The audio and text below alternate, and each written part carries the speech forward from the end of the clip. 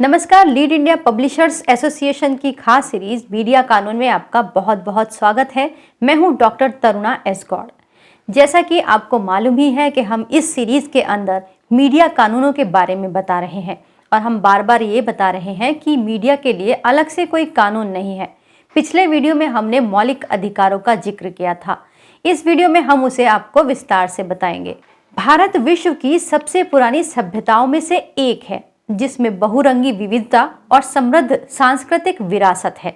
आजादी पाने के बाद भारत ने बहुआयामी सामाजिक और आर्थिक तरक्की की। इस विविधता को जोड़कर प्रगति के इस मार्ग पर बढ़ाने का श्रेय अगर किसी को जाता है तो वो है हमारा संविधान, जो हर नागरिक को बढ़ने और बढ़ाने का समान अवसर देता है। हमारा संविधान सभी नागरिकों को व्यक्ति और सामूहिक रूप से कुछ बुनियादी आजादी देता है जिन्हें मौलिक अधिकार कहते हैं। मौलिक अधिकारों का वर्णन संविधान के भाग 3 अनुच्छेद 12 से लेकर 35 के बीच दिया गया है। इन अधिकारों की खास बात यह है कि इनका हनन नहीं किया जा सकता। यदि इन 6 बुनियादी हकों को आपसे कोई छीनने की कोशिश करता है, यदि ऐसा कुछ भी आपके साथ होता है, तो भारत का कोई भी नागरिक सीधे सुप्रीम कोर्ट का दरवाजा खटखटा सकता है। इन्हें सरकार भी चुनौती नहीं दे सकती। इसीलिए हम सभी को अपने मौलिक अधिकारों के बारे में जानना बहुत जरूरी है। तो आइए मैं बताती हूँ कि मौलिक अधिकार हैं किस तरह। हमारे 6 मौलिक अधिकार हैं, जिनमें समानता का अधिकार, अनुच्छेद 14 से लेकर 18 तक समानता का अधिकार दिया गया है।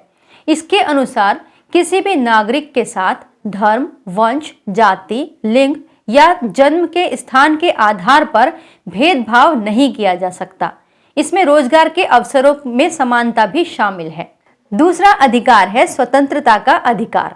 अनुच्छेद 19 से 22 तक के बीच स्वतंत्रता के अधिकार का उल्लेख किया गया है।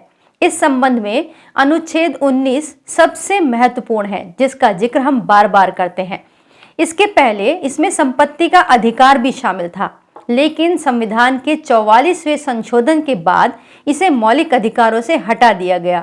ये क्यों हटाया गया, इसकी भी एक कहानी है, वो मैं आपको जरूर सुनाऊंगी। तीसरा अधिकार है शोषण के विरुद्ध अधिकार। अनुच्छेद 23 से लेकर 24 के बीच इसका वर्णन किया गया है। इस अधिकार के तहत कोई भी देश के किसी भी नागरिक का शोषण नहीं कर सकता। पहले हमारे देश में, जैसा आपको मालूम होगा, बेगार, बाल श्रम जैसी कुप्रथाएं प्रचलित थी और इसी मौलिक अधिकार के आने के बाद इन सब का अंत हो सका। कोई भी व्यक्ति, चाहे वो कितना भी ताकतवर क्यों ना हो, किसी का शोषण नहीं कर सकता। इसमें मानव देह व्यापार आदि भी शामिल किए गए, जिनको कि अब कोई भी अगर करता है तो ये अपराध है। धार्मिक स्वतंत्रता का अधिकार। अनुच्छेद 25 से 28 के बीच यह सुनिश्चित किया गया कि देश का कोई भी नागरिक किसी भी धर्म का पालन करने के लिए स्वतंत्र है। वो किसी भी धर्म में विश्वास रख सकता है, उस धर्म का प्रचार प्रसार भी कर सकता है। अगला मौलिक अधिकार है सांस्कृतिक तथा शिक्षा संबंधी अधिकार। अनुच्छेद 29 से 30 के बीच हर व्यक्ति को अपनी भाषा, लिपि और संस्कृति विशेष की रक्षा करने तथा उसकी उन्नति करने का पूरा अधिकार है।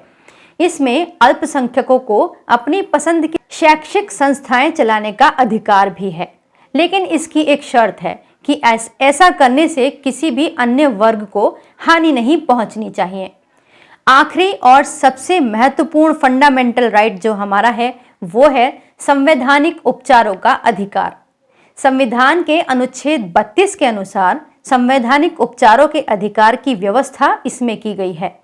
अगर व्यक्ति के किसी भी प्रकार के अधिकार का हनन होता है, जो कि अभी हमने बताए, तो वो सीधे सुप्रीम कोर्ट जा सकता है और इस संवैधानिक उपचारों को लागू कराने के लिए वो सुप्रीम कोर्ट से ऑर्डर या फिर निर्देश ले सकता है। इस ऑर्डर को रिट कहते हैं।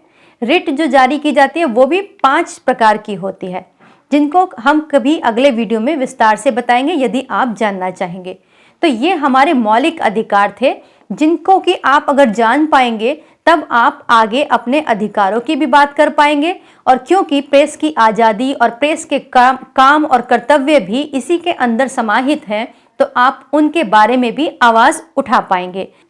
तो ये मौलिक अधिकारों के बारे में जानकारी थी। इसी मौलिक अधिकार के अंदर जैसा कि हमें बताया आपको कि वाक एवं अभिव्यक्ति की स्वतंत्रता भी शामिल है, जिसके अंदर प्रेस आता है। अगले वीडियो में हम उस पर विस्तार से चर्चा करेंगे। उम्मीद है ये वीडियो आपको पसंद आया होगा। अच्छा लगे तो लाइक कीजिए, सब्सक्राइब कीजिए और वीडियो को शेयर भी कीजिए। वीडियो देखने के लिए बहुत बहुत धन्यवाद।